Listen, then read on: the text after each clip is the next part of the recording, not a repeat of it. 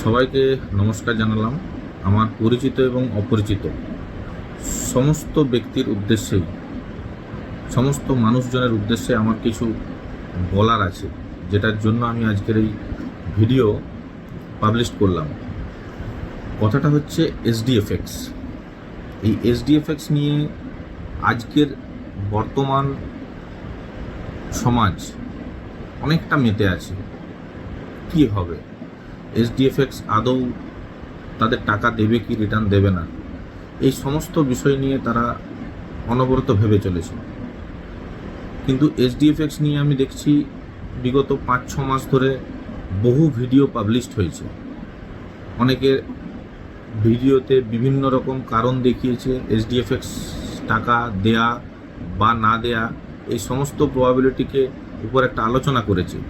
কিন্তু এই সমস্ত প্রবাবিলিটি যে আলোচনাগুলো করেছে, এগুলো অ্যাকচুয়ালি একটা কল্পজগতের আলোচনা, অর্থাৎ তাদের মনে হয়েছে তারা আলোচনা করেছে।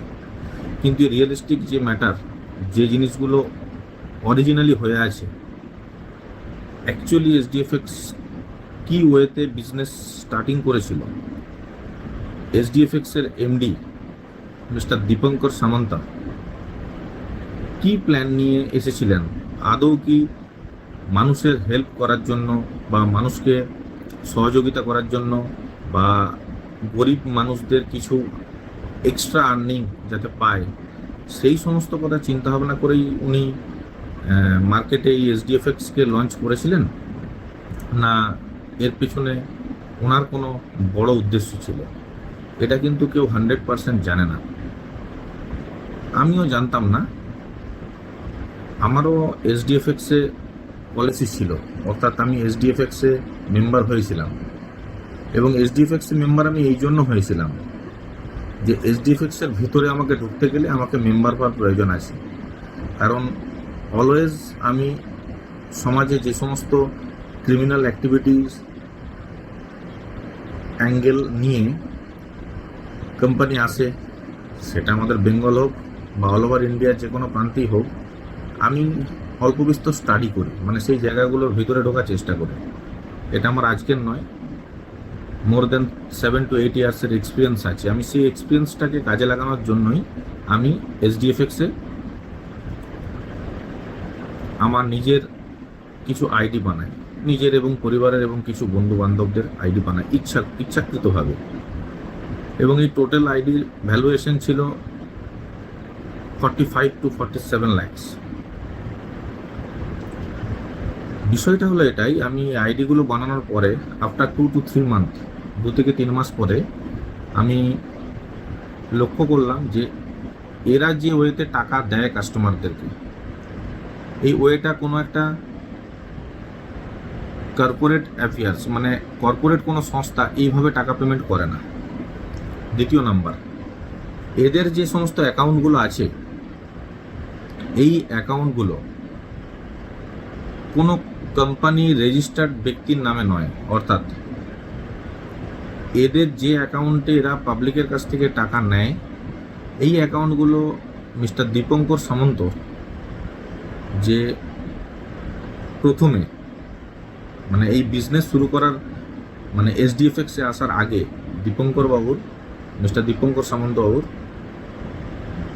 একটা ইট, গুটি, সিমেন্ট এইসবের উপর হার্ডওয়্যারের একটা দোকান ছিল। ওই দোকানে কাজ করতেন বিভিন্ন জন ব্যক্তি। সেই সমস্ত ব্যক্তিদের ডকুমেন্টস ব্যাংকে সাবমিট করে সেই সমস্ত ডকুমেন্টসের পিট্যাক্স, ট্রেড লাইসেন্স এবং আইডি ফাইল বানিয়ে একাধিক অ্যাকাউন্ট বানানো হয়। অর্থাৎ প্রথমেই কোম্পানির মধ্যে যে নেগেটিভ অ্যাঙ্গেল বা নেগেটিভ অ্যাক্টিভিটি, যেটা আমার লক্ষ্য হয়েছে বা লক্ষ্য করেছে, সেটা হচ্ছে এটাই যে কোম্পানির নিজস্ব অ্যাকাউন্ট নেই।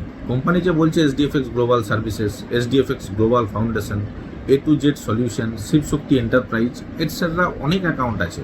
আমার কাছে প্রতি অ্যাকাউন্টের স্টেটমেন্ট ডিটেলস সব কিছু আছে, এবং কোথায় কোথায় টাকা এরা পাঠিয়েছে, কোন কোন জায়গায় পাঠিয়েছে, আদৌ কোথাও ফরেক্স ট্রেডিংসে এরা টাকা লাগিয়েছে কিনা, এটাই কেউ জানে না।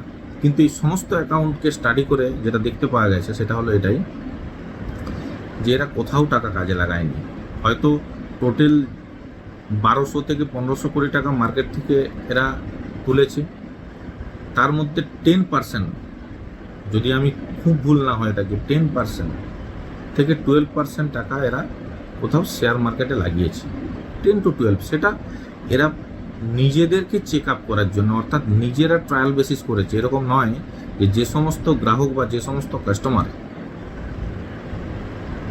এই এইচডিএফএক্স গ্রুপে এসেছে, আইডি বানিয়েছে, এদের হেল্প করার জন্য এই অ্যাকাউন্টগুলো করেছে, বা এদের হেল্প করার জন্যই এই ট্রেডিং মার্কেটে এরা কিছু শেয়ার কেনাবেচার কাজ করেছে বা ফরেস্টেন্সে লাগিয়েছে, শুধুমাত্র ট্রায়াল বেসিস। কারণ যদি পাবলিকের স্বার্থে এটা লাগাতো টাকাটা, তাহলে কিন্তু এটা 100-এ অ্যাটলিস্ট 90% এরা এই সমস্ত জায়গাতে ইনভেস্ট করতো। 10 to 12% কখনোই করতো না। এরা বেশিরভাগ টাকা নিজেদের পারপাসেই লাগিয়েছে। এটা যথেষ্ট আমি এভিডেন্স নিয়ে কথা বলছি, এরকম নয় উইদাউট এভিডেন্স আমি ডিরেক্টলি লাইভে এলাম বা প্রত্যেককে জানাচ্ছি, কারণ আমার এই বার্তাটা আশা করি all over Bengal, all over India ছড়িয়ে যাবে। সুতরাং আমি যথেষ্ট লিগেল এবং ভ্যালিডেড ডকুমেন্টস হাতে রেখেই আমি এই কথাগুলো বলছি। প্রথমত এরা যে স্ট্র্যাটেজি নিয়ে এরা মার্কেটে বিজনেস শুরু করেছিল সেটা হচ্ছে এটাই, স্পঞ্জি স্কিম যেমন হয় ঠিক সেরকম। স্পঞ্জি স্কিম মতলব হচ্ছে এটাই, এদের কাজ এরা মার্কেটে কি এরিয়া ভিত্তিক মজবুত একটা করে হেড রেডি করবে, অর্থাৎ মজবুত একজন এজেন্ট থাকবে যার কাজ হচ্ছে এরিয়া থেকে মার্কেটিং করা, অর্থাৎ কাস্টমারদেরকে আনা এবং এইচডিএফএক্স গ্রুপে তাদের আইডি বানানো এবং ইনভেস্টমেন্ট করানো। এটার ফলে কি লাভ হবে? এটার ফলে লাভ হবে এটাই যে অল ওভার বেঙ্গল হিসাবেই যদি আমি ক্যালকুলেট করে আজকের এই কথাগুলো বলি, তাহলে অল ওভার বেঙ্গলে টোটাল নর্থ টু সাউথ 100 থেকে 200 একদম মেজর হেড রাখলেই অল ওভার বেঙ্গলকে কমপ্লিট করা যাবে। এইটা ছিল এদের প্রথম উদ্দেশ্য। এবং এরা কিভাবে টাকা পেমেন্ট করেছে? এরা যে প্রথম দিক থেকে টাকা পেমেন্ট করে এসেছে, এদের পেমেন্টের ফ্লোটা ছিল ঠিক এইরকম। অর্থাৎ এদের একদিকে মানে একটা লেভেল নতুন এজেন্ট বানিয়ে গেছে, নতুন কাস্টমারদেরকে অ্যাড করেছে, এবং তাদের থেকে যে ফান্ডিং এসেছে সেই ফান্ডিং থেকে পুরানোদেরকে দিয়ে গেছে স্যালারি বলে। বিজনেস থেকে ইনকাম করে নয়, এইভাবে। অর্থাৎ রুটিনলি এরা ধাপে ধাপে এক একটা করে কাস্টমারকে বাড়িয়েছে এবং ব্যাকের কাস্টমারদেরকে স্যালারি পেমেন্ট করে করে গেছে। সাপোজ ধরে নিলাম, তোর একটা এক্সাম্পল দিয়ে আমি বলছি, যেমন যদি এইচডিএফএক্স প্রথমে 100খানা এজেন্ট নিয়ে কাজ শুরু করেছিল, মানে কাস্টমার নিয়ে আইডি বানিয়ে, তাহলে 100খানা কাস্টমার যদি 1 লক্ষ টাকা করে দেয়, তাহলে 100খানা কাস্টমার যদি 1 লক্ষ টাকা করে দেয়, 1 কোটি টাকা। তাহলে কি দেখা গেল যে 1 কোটি টাকা টোটাল তার ক্যাপিটাল হলো, ফান্ডিং। তাকে নেক্সট মান্থে দিতে হবে প্রত্যেকের একটা পার্সেন্টেজ হিসাবে। আমি ধরে নিলাম 8% বলেছে, 8%। যদি 8% হিসাবেই যদি স্যালারি পেমেন্ট করতে হয়, তাহলে দেখাচ্ছে কত? 8% হলে 100 টাকাতে 8 টাকা, 1000-এ 80 টাকা, 10,000-এ 800 টাকা, 1 লাখে 8,000, 10 লাখে 80,000, 1 কোটিতে 8 লাখ। মানে 8 লাখ টাকার পরের মাসে এক্সপেন্স আছে, হাতে থাকবে 92 লাখ, 92 lakhs। এই যে 8 লাখ টাকা এক্সপেন্স আছে, এর জন্য ওই 100 জনকে কি দায়িত্ব দেওয়া হলো যে ওই 100 জনের মধ্যে 10 জন থাকলো মেজর পার্সন, যারা 10 জন করে কাস্টমারকে এনেছিল। তাহলে এই 10 জন মেজর পার্সনকে বলা হলো যে তোমাদেরকে আমরা একটা অ্যাচিভমেন্ট দেবো আস্তে আস্তে। এই যে টাউন ডায়মন্ড ক্লাব মেম্বার, এই যে বাড়িয়ে বাড়িয়ে গেছে র্যাঙ্কগুলো, এই যে র্যাঙ্ক কীভাবে হয়েছে, এদেরকে বলে দিল যে তোমরা প্রত্যেক মাসে নেক্সট মান্থের জন্য ওই 10 জনের এক একজন ইন্ডিভিজুয়াল টপ লেভেল এজেন্ট, পরবর্তীকালে বা পরবর্তী সময় যাদেরকে এক্সিকিউটিভ মেম্বার বানানো হয়েছে, এই টপ লেভেলদেরকে জানানো হলো যে তোমরা মার্কেট তোমাদের দিতে হবে এক একজনকে 1 কোটি করে। আমি এটা এক্সাম্পল বলছি, কিন্তু এটা অনেক লার্জ অ্যামাউন্টে হয়েছে, জাস্ট এক্সাম্পল বলছি, বুঝতে সুবিধা হবে। 1 কোটি করে ওই 10 জনকে বলে দেওয়া হলো 10 কোটি টাকার মার্কেট দিতে, কিন্তু পরের মাসে পেমেন্ট কত আছে? মাত্র 8 লক্ষ টাকা। তাহলে 10 কোটি টাকা চলে এলো, তার বদলে 8 লক্ষ টাকা গেল। এই যে 10 কোটি টাকা আনার জন্য এদেরকে তো খুশি করতে হবে। খুশি করার জন্য আমি ধরে নিচ্ছি 20% আরও এক্সপেন্স গেল। 20% এক্সপেন্স মানে কত হলো? 10 কোটি মার্কেট থেকে এনেছিল, তার 20% এক্সপেন্স হলো, মানে 10 কোটিতে 20%, 100 টাকায় 20 টাকা, 1000 টাকায় 200 টাকা, 10,000-এ 2,000, 1 লাখে 20,000, 10 লাখে 2 লাখ, 10 কোটিতে 2 কোটি। তার মানে কি হলো? থাকলো 8 কোটি। 8 কোটি টাকা সেভ হয়ে গেল, যেটা অ্যাকাউন্টে থাকলো পরে। এটা কার? এটা অ্যাকচুয়ালি পাবলিকের টাকা, কিন্তু এই যে দীপঙ্কর সামন্ত এই সিস্টেমে এগিয়ে নিয়ে যাবে। তো তাহলে এই সিস্টেমে যেহেতু এগিয়ে নিয়ে যাবে, তাহলে 8 কোটি টাকা ব্যালেন্স শিটে থেকে গেল বেঁচে। এ তো টাকা দেবারই নেই কোনো পাবলিককে। তার মানে দেখতে গেলে যদি আমরা মোটের উপর বাংলা কথায় বোঝার চেষ্টা করি, তাহলে ওই 8 কোটি টাকাটা তার প্রফিট অ্যামাউন্ট, তার প্রফিট থাকলো, কারণ পাবলিককে তো দেওয়ারই নেই। আবার নেক্সট মান্থ, আমি প্রথম 2 মাসের গল্প বললাম, আবার নেক্সট মান্থে কাদেরকে দিতে হচ্ছে না? প্রথমে যে 8 লাখ, প্রথমে যাদেরকে 8 লাখ দিতে হয়েছিল, সেই 8 লাখের যে সমস্ত কাস্টমার আছে তারা 8 লাখ পাবেন। আর পরবর্তী ক্ষেত্রে যে 10 কোটি টাকা যে নিয়ে এসেছিল, তাদেরকেও দিতে হবে, একটা করে স্যালারি দেখাতে হবে। কারণ তবেই না তারা যদি তাদেরকে যদি টাকা না দেওয়া হয়, তারা তো আর পরের মাসে কাস্টমারকে আনবে না। তাহলে ওই 10 কোটি যে টাকা কালেক্ট করে যে সমস্ত কাস্টমারদের কাছে আনা হয়েছিল, তাদেরকে দিতে হচ্ছে 8% হিসাবে যদি ধরে নেওয়া যায়, তাহলে কত দিতে হবে? 10 কোটির 8% হিসাবে 80 লক্ষ টাকা। মানে আমি ধরে নিলাম রাউন্ড অফ করে 1 কোটি টাকা, তবুও হাতে থাকলো কত? 7 কোটি। 2 কোটি টাকা বিলি করেছে এই সমস্ত ডায়মন্ড, ক্রাউন ডায়মন্ড, এই সমস্ত লিডারদেরকে গাড়ি দিয়েছে, এবং এই সমস্ত লিডাররা যাদের কাছ থেকে টাকাটা এনেছিল তাদেরকেও একটা স্যালারি দিয়েছে। কত? 80 লক্ষ টাকা। আমি এটা রাউন্ড অফ করে 1 কোটি বললাম। তাহলে এই 10 কোটি টাকা কালেকশনের উপর দেখা গেল 2 কোটি এক্সপেন্স টপ লিডারদের, আর 80 লক্ষ থেকে 1 কোটি এক্সপেন্স কাস্টমারদের। তাহলে টোটাল দেখা গেল কি না, দুটো ফিল্ড যে দেখালাম 2 মাস, ওই 2 মাসে প্রথম মাস এবং দ্বিতীয় মাসে যে সমস্ত কাস্টমার এসেছিল তাদের স্যালারি কিন্তু পেমেন্ট হলো, তারা দেখতে পেলো যে হ্যাঁ 8% হিসাবেই পেমেন্ট হচ্ছে। তৃতীয় মাস, চতুর্থ মাস, পঞ্চম মাস এইভাবেই চলবে, অর্থাৎ যতক্ষণ পর্যন্ত নিচের শ্রেণীতে অর্থাৎ ডাউন লেভেল অ্যাড হবে, ততক্ষণ পর্যন্ত দীপঙ্কর সামন্ত প্রত্যেককে টাকা দিতে পারবে। এটাই হচ্ছে সিস্টেম, স্পঞ্জি স্কিমের সিস্টেম হচ্ছে এটাই।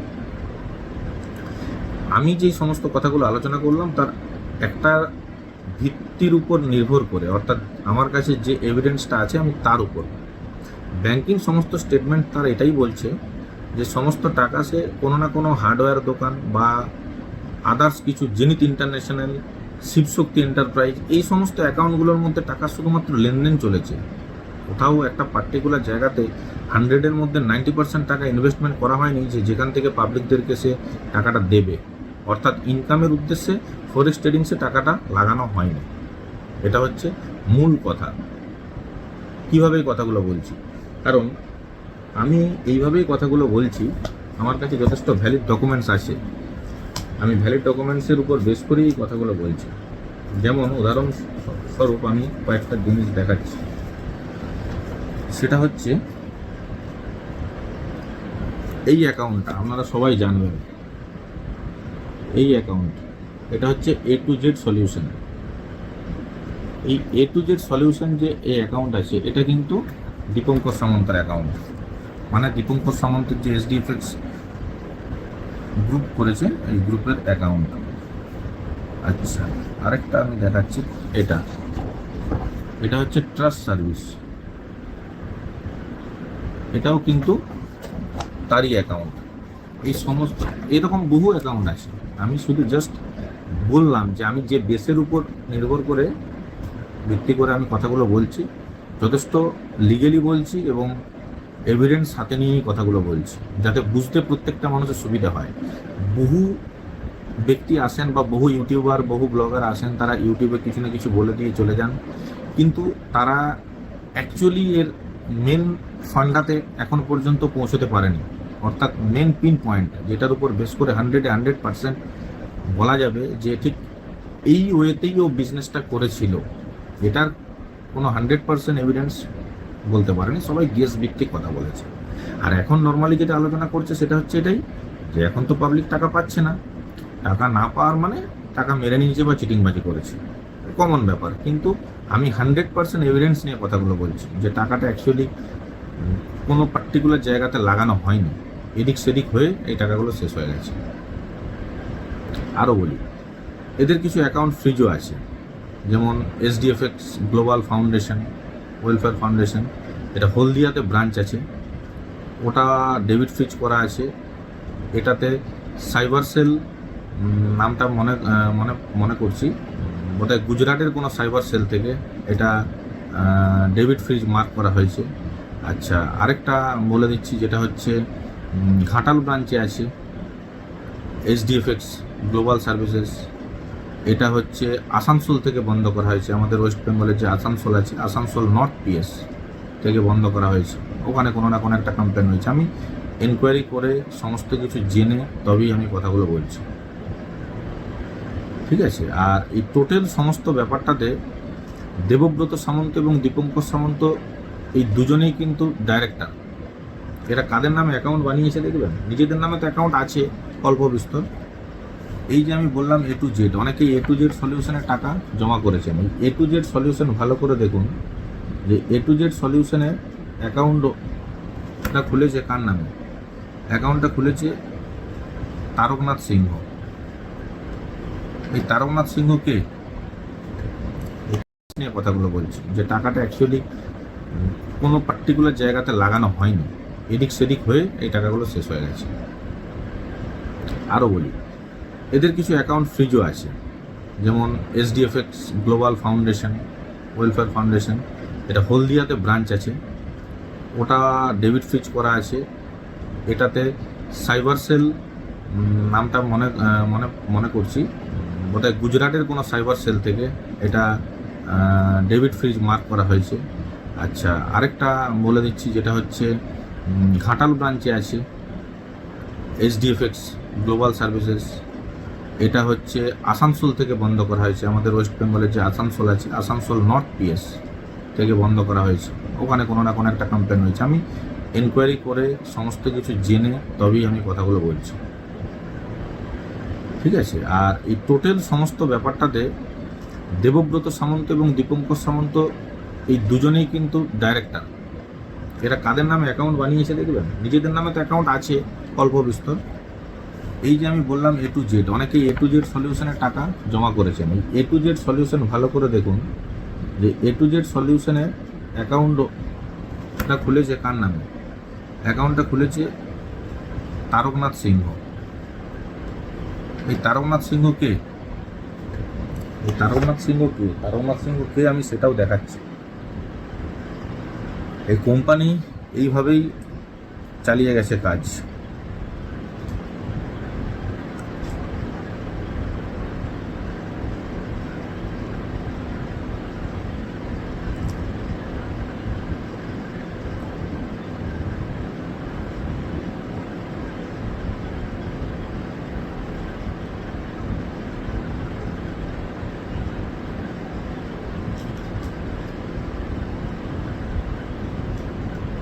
ব্যাংকে দেয়া এই হচ্ছে কোম্পানির অফিস অ্যাড্রেস, এটা দেখিয়ে অ্যাকাউন্টগুলো খোলা হয়েছে।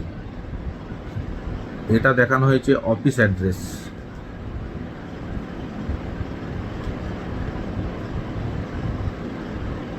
এই হচ্ছে কোম্পানির pan card A to Z solution, যেটা দেখানো হয়েছে অ্যাকাউন্ট খোলার সময়। এদের নামে অ্যাকাউন্ট খোলা হয়েছে। আমি একটু ভালোভাবে দেখাচ্ছি, আপনারা লক্ষ্য করুন। রঞ্জিত মোড়ে, হয়তো উল্টো দিকে দেখাবে, যাই হোক রঞ্জিত মোড়ে এদের নামে, ব্যক্তিটাকে চিনুন, এর নামে অ্যাকাউন্ট খোলা হয়েছে। আচ্ছা, আমি প্রত্যেকের বাড়ি ভিজিট করেছি। তারকনাথ সিংহ, এর নামে অ্যাকাউন্ট খোলা হয়েছে। এরা অ্যাকচুয়ালি কোম্পানির কেউ নয়, এরা দীপঙ্কর, এর নামে অ্যাকাউন্ট খোলা হয়েছে। পরবর্তী ক্ষেত্রে আপনারাও সবাই যখন আস্তে আস্তে যাবেন, ধীরে ধীরে সময় এগিয়ে যাবে, আপনারাও জানতে পারবেন এই সমস্ত ব্যক্তি যাদের দেখালাম এদের নামে অ্যাকাউন্ট খোলা হয়েছে। আমি কিন্তু এগুলো সব কালেক্ট করেছি বলেই আপনাদেরকে এই কথাগুলো বলতে পারছি, ঠিক আছে? এই হচ্ছে কোম্পানির ট্রেড লাইসেন্স। একটা 150 টাকার ট্রেড লাইসেন্স দিয়ে এত বড় কোম্পানি চলছে, ঠিক আছে?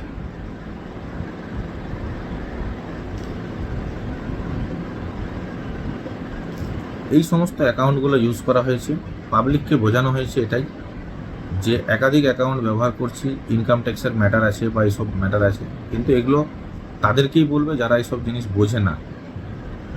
যারা এই সমস্ত জিনিস কিছু হলেও বোঝে, তাদেরকে যদি এই কথাগুলো বলা হয়, তারা কখনোই বিশ্বাস করবে না। জানি না কেন অনেক মানুষ বিশ্বাস করছে। মানুষের তো অ্যাকচুয়ালি টাকা বেশি পাওয়ার খুব ইচ্ছে আছে, সেই জন্য একটা ব্যাংক যেখানে আফটার 1 ইয়ার 8% ম্যাক্সিমাম, সব ব্যাংকে নয়, 8% ম্যাক্সিমাম, সিনিয়র সিটিজেন 6.25 to 7.25, সেখানে পার মান্থ 8% টাকা কীভাবে দিচ্ছে, কীভাবে দেওয়া সম্ভব, এটা প্রথমে জাজমেন্ট করা উচিত। তাই সবার প্রথম দোষ হচ্ছে সেই ইনভেস্টারের, যারা ইনভেস্টটা করেছে এই বেলাগাম টাকার আশাতে। যাই হোক, সবাই এখন হয়তো বলবেন যে আপনিও করেছিলেন, কিন্তু অ্যাকচুয়ালি আমি করেছিলাম এই কারণেই করেছিলাম যে এর ভিতরে ঢুকবো বলে। এর ভিতরে যদি না ঢুকতে পারি বা এর সিস্টেমটা না জানতে পারি, তাহলে কিন্তু কখনোই পাবলিকের কাছে আমি সেটা তুলে ধরতে পারবো না। আমার প্রথম থেকেই ইচ্ছে এই ধরনেরই, যে ক্রাইম রিলেটেড কোথাও ইস্যু থাকলে আমি সেখানে ঢুকবো এবং সেটা পাবলিকের মাঝে পাবলিশ করব, এটাই আমার উদ্দেশ্য। তবে এরা টাকা কাউকে দিতে পারবে না, কারণ এদের অ্যাকচুয়ালি টাকা নেই, সেরকমভাবে কোনো ফান্ডিং নেই। এদের সমস্ত অ্যাকাউন্টের ডিটেলস আমার কাছে আছে, A to Z অ্যাকাউন্টের ডিটেলস আমার কাছে আছে, এবং প্রত্যেক অ্যাকাউন্টে কত ব্যালেন্স আছে, কোন অ্যাকাউন্ট কত ফ্রিজ আছে, প্রত্যেকটা ডিটেলস আমি সব রেখেছি।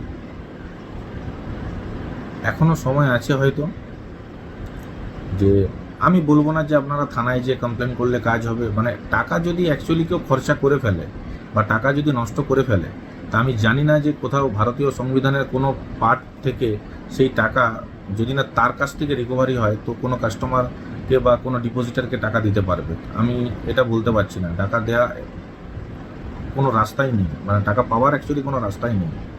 তবুও বলছি এখনও সময় আছে। যদি কিছু প্রপার্টি, কিছু জায়গা, কিছু জিনিসপত্র থেকে থাকে, বা কোথাও কিছু হোটেল এটসেট্রা যদি কিনে নিয়ে থাকে, যদি সেই সমস্ত প্রপার্টিকে বিক্রি করে, মানে যেটাকে বলা হয় one shot of sold down করে, যদি কনজিউমারদের টাকা পেমেন্ট হয়, সেটা ভালো কথা। আদারওয়াইজ আমার মনে হয় টাকা পাওয়ার চান্স 99.99% নেগেটিভ, মানে পাবে না ধরাটাই মানে একদম বাঞ্ছনীয়।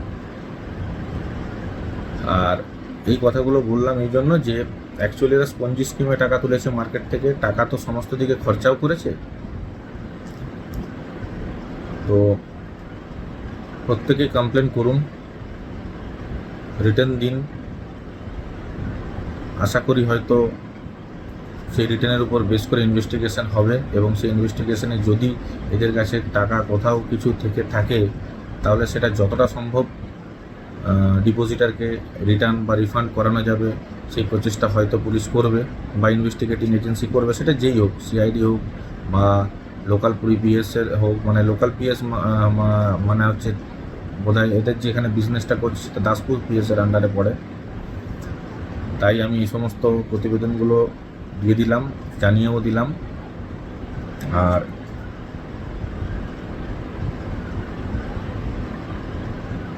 কোম্পানি আজকাল পরশু করে দিন পেরিয়ে যাবে, এখনও পর্যন্ত সময় আছে, ঠিক আছে? আমি এটাই বলবো যে প্রথমে ভালোভাবে দেখুন, টাইম দিয়েছি, যদি টাইম পর্যন্ত দেখতে ইচ্ছে হয় সেটা দেখতে পারেন, আপনাদের ব্যক্তিগত ব্যাপার। তবে আমার ব্যক্তিগত মতামত, ওনার দেওয়া টাইমে কোনো ব্যক্তি মানে কোনো ডিপোজিটার টাকা রিটার্ন পাবেন না। 200% গ্যারেন্টেড আমি বলে দিলাম।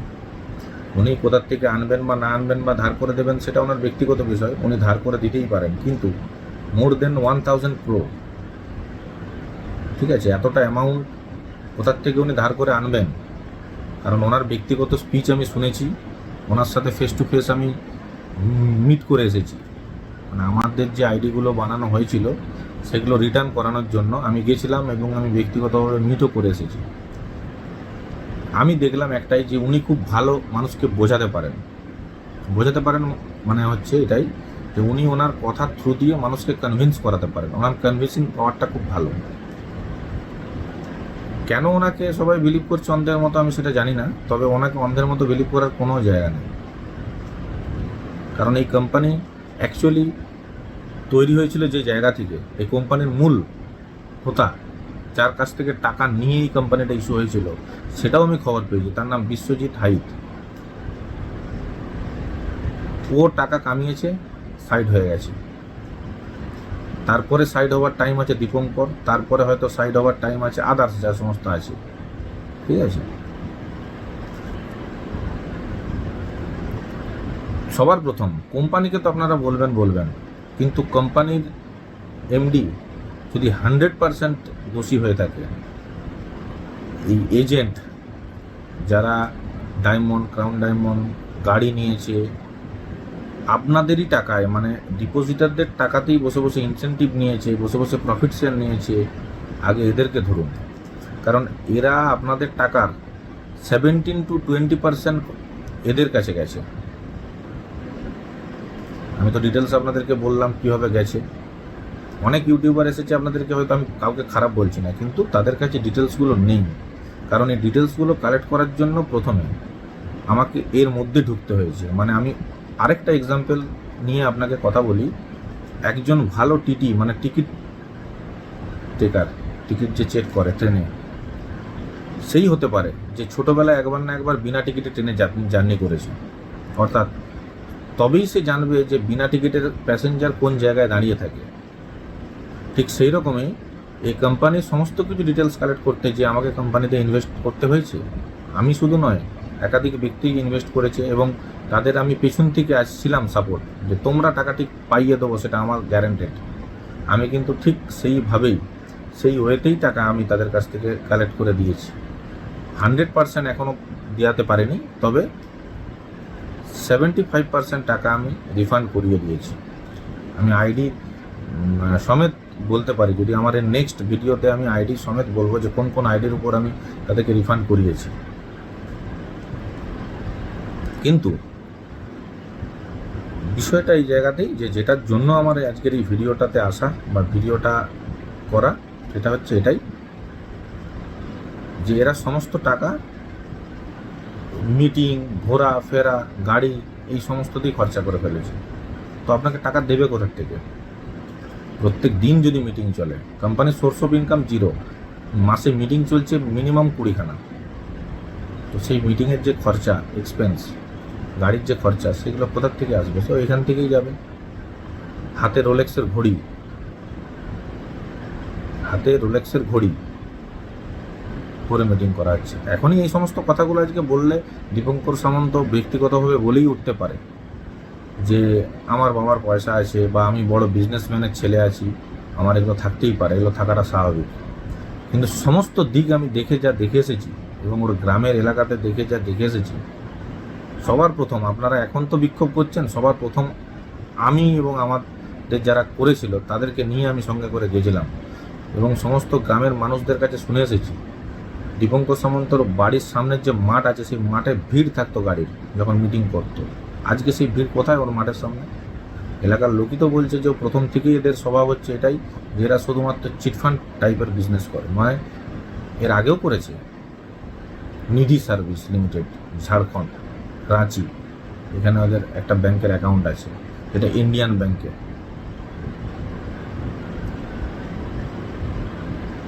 আবার এখন একটা নতুন স্কিম করেছে পাবলিকের কাছ থেকে টাকা নেবে বলে, সেটা হচ্ছে ল্যান্ড প্রপার্টি। এসডিমি সম্বন্ধে আমি জানি না, সেই জন্য আমি কোনো কমেন্ট পাস করলাম না। কিন্তু এদের এখন অ্যাকচুয়ালি যেটা এক্স্যাক্ট উদ্দেশ্য সেটা হচ্ছে এটাই, পাবলিকের কাছ থেকে যে $100 করে বলেছে মিনিমাম ফান্ডিং, মানুষ বুঝতেই পারছে না এরা অ্যাকচুয়ালি মিনিমাম ফান্ডিংটা হলে যখন লার্জ স্কেলে এই ফান্ডিংটাকে গুণ করা হবে, মাল্টিপ্লাই করা হবে, তখন একটা হিউজ অ্যামাউন্ট হবে। অর্থাৎ আমরা যদি $100 10 জনকে দেখি মনে হবে যে $1000, এটাই যখন 5 লাখ লোককে উপর $100 দেখবো না, তখন এটা অনেক একটা অ্যামাউন্ট হয়ে যাবে। এবং সেই অ্যামাউন্টটা কালেক্ট করাটাই এখন হচ্ছে তাদের কাজ। যে ফান্ডিং নেই, মানে ফান্ডিং যদি এখন যতটা পর্যন্ত কমে গেছে, কিছুটা ফান্ডিং কালেক্ট করে হয়তো উনি মুখে বলছেন দেবেন, ওনার মনের ভিতরে কি আছে আমি সেটাও বলতে পারবো না। আদতে ওনার মনে যদি ইচ্ছে থেকেই থাকে যে পাবলিককে সত্যি হেল্প করতে চান বা পাবলিককে টাকা দেবেন, সেটা হলেও হতে পারে, ওটা নিয়ে বলছি না। কিন্তু সার্কামস্টেন্সেস বলছে এক্স্যাক্ট ব্যাংকের অ্যাকাউন্ট ডিটেলস, ট্রানজ্যাকশান এবং account use of account type, মানে নেচার অফ অ্যাকাউন্ট যেটা ইউজ করছেন, সমস্ত কিছু পারিপার্শ্বিক দিক এবং এলাকার কিছু মানুষের কথা আলোচনা সমস্ত কিছুর উপর নির্ভর করে আমি একটা জায়গায় বলতে পারি পয়েন্ট, যে এ মুখে বলছে পাবলিককে টাকা দেবে, কিন্তু এর সার্কামস্টেন্সেস বা সিচুয়েশন দেখে কখনোই এটা বোঝা সম্ভব নয় কোনো ব্যক্তির পক্ষে টাকা দেবে বলে। কারণ সেই সিচুয়েশনের কোনো একটা পার্টও নেই যেটার থেকে এটা স্পষ্ট হয় যে টাকা দেওয়ার উদ্দেশ্যেই কিন্তু এই এসডিএফএক্স ফাউন্ডেশনটা খোলা হয়েছে। এই হচ্ছে ব্যাপার। এই ভিডিও ছাড়লাম বা ভিডিও দিলাম, পরবর্তী ক্ষেত্রে আমি হয়তো টার্গেট হব, তবে আমি টার্গেটের ভয় করি না বলেই আমি ভিডিওটা ছাড়লাম, কারণ টার্গেটের ভয় করলে ভিডিওটা আমি ছাড়তে পারতাম না। তবে যদি আমার সাথে ডিরেক্টলি দীপঙ্কর সামন্ত ময়দানে আসতে চান লড়াইয়ের জন্য, আসতেই পারেন। কিন্তু প্রকৃত কথা হলো এটাই যে দীপঙ্কর সামন্ত এক্স্যাক্ট কোম্পানির ফান্ডার, আর কেউ বুঝুক নাই বুঝুক, আমি কিন্তু পরিষ্কার এবং পরিচ্ছন্নভাবে বুঝতে পেরেছি স্পষ্টভাবে। সেই জন্য আমি প্রত্যেকের মাঝে, আপনাদের প্রত্যেকের মাঝে এটাকে পাবলিশ করলাম, যাতে আপনারা ইন ব্রিফ ডিটেলস এই জিনিসটা বুঝতে পারেন। সমস্ত অ্যাকাউন্ট হোল্ডারদের ছবিও দেখালাম, এরা কোম্পানির সাথে কেউ লিঙ্কেড নয়।